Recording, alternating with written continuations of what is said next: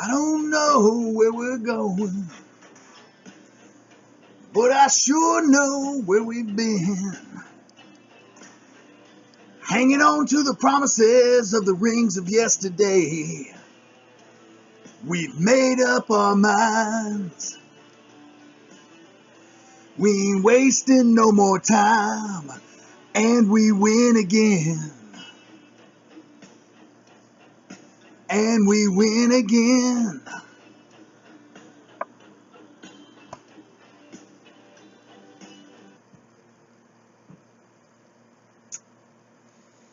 That's right. 9 straight times. 9 straight times the Dallas Cowboys have put it right down your throats. Running the football effectively, third down conversions, and a bend and don't break defense. Those are all keys to a successful season in professional football. I'd like to see a better defensive effort, but damn, they somehow, I don't know. Marinelli must be the real deal.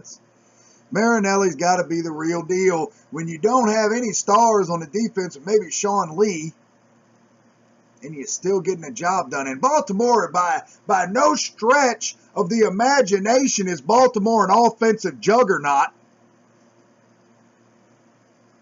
But somehow Baltimore's been able to walk the median down the road to a 500 record and it still leading their division.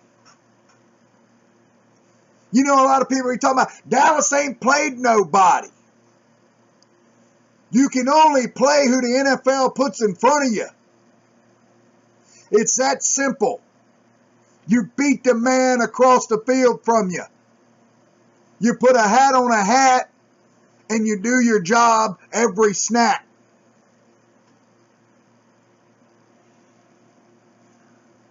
That's what gets you to 9-1. 9 straight. So, Giants. You over there. You back there. You can't spell elite without Eli. Eli Manning pulling it out over the Chicago Bears and Jay Cutler. And a dog fight. Another dog fight. The one-dimensional Giants. Somebody trying to pull off the big one. Good job. Giants trying to keep pace. Making the NFC East relevant.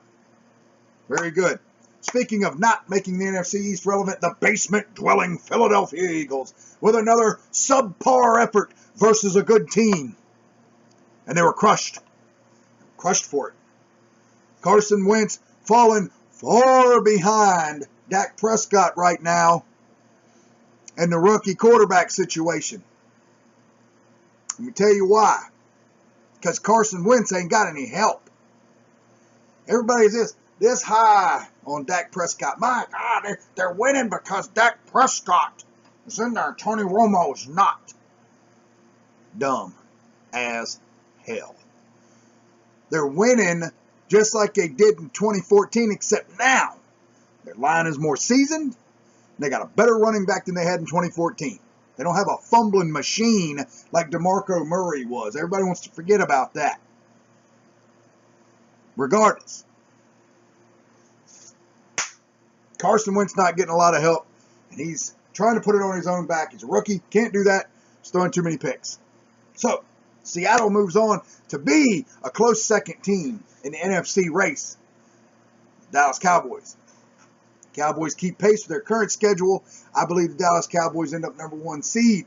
Seattle will have to go into Dallas with a big disadvantage to them. They don't have the 12th man. Not many other surprises, really. Cam Newton, terrible game by both sides. Carolina and New Orleans, neither one played a really good game the other day, but I'm not even. Yay, Carolina won. They won. They're not going anywhere, 4-6. Let's see, who was a big one? Let's see, Redskins haven't played. The Scrappy Skins. They're playing right now, and I'm not watching it yet. I'm going to get ready to turn that on. I know a lot of people have been asking for the video. Something I wanted to hit on. My good buddy who oftentimes has varying opinions than mine, but I completely respect him for how long he played the game on a athletic level, a professional level. Ahmad Hawkins had a very long diatribe ripping Tony Romo's press conference. I could verbatim go in there and as I always do with Ahmad, and I could go back and forth with him on his points. But some of it I agree with, some of it I don't. I do agree that he was told to do the press conference. I believe that he wrote it. That sounds like him, but I think he was told to. I think that Tony Romo was told we got to get the distractions out of the way. I understand the business move. Ahmad harped a lot calling Tony Romo a jellyfish for not standing up to the corporate decision. I think when your team is winning, that's not the time to go into business for yourself. I think you handle what you got to handle behind the scenes, but out in public, man, it's got to be the straight and narrow. You go in business for yourself, and you're just a prick. You're just a prick. And I know me and Ahmad disagree on how athletes should act, but I'm telling you right now, if my quarterback went up there and said, hey, I don't agree with this, I want to fight for it and all that stuff, you know what? I'd Belichick him. Sorry.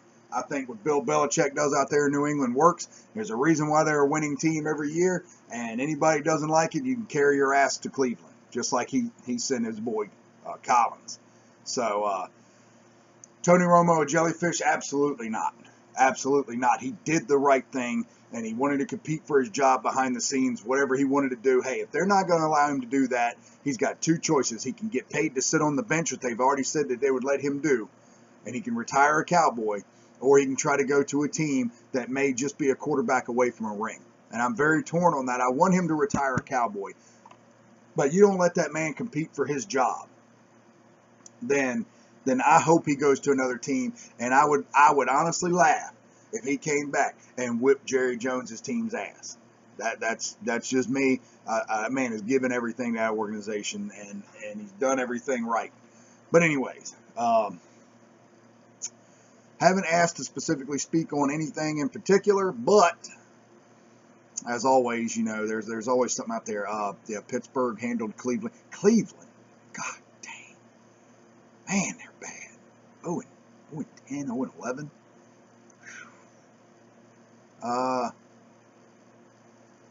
Let's see. Man, Philly, another loss. We said that. Giants with the win. Washington playing right now. So the East is pretty much covered. I can't figure out some of the teams, man. Miami struggled today with the Rams. I thought Miami's kind of getting back on track. Now Buffalo won, but they're really subpar. New England is a beast. I don't know if New England's the best or not. I guess New England's still the best in football, but man, Dallas's offense is just brutal. They are just brutal. And that's my team, and and that's what I'm going to talk about. But right now, you have to talk about them. They are 9-1, and they are wearing teams out. So that to me is the formula for championship football. Will they be in the Super Bowl? Don't know. Referees might say they didn't catch one that they caught. Who knows? But fact is, you got to put teams away. And they put the Ravens away today. They put them away with long drives in the second half that resulted in touchdowns. That is exactly how you do it. And they wore the defense out. Oh, know what I wanted to talk about watching that game? You want to talk about a jerk? Steve Smith. My God. My God. Is it Napoleon complex, you little prick? You're out there just running your mouth. That's why you got your dick knocked in the dirt. That's why a couple of linebackers trashed you on the sidelines. Then when you caught the touchdown, J.J. Wilcox knocked your dick in the dirt. You went over to the sidelines and threw up. That's right. You threw up. Mr. Badass. Got my dick knocked in the dirt. Piece of crap. Anyways, He's a piece of crap. And then the Ravens defensive lineman, you're getting beat. You finally catch Elliott behind the line of scrimmage and you're doing his thing. Really? And he turns right around and runs it again for 12 yards. Morons. That's Cam Newton syndrome. Morons. I've told you, youngins watching this video, don't taunt superstars because it'll come back and bite you in the butt. And then after you get bit in the butt, guess what happens? We slap some brute on it. Pain train out, baby.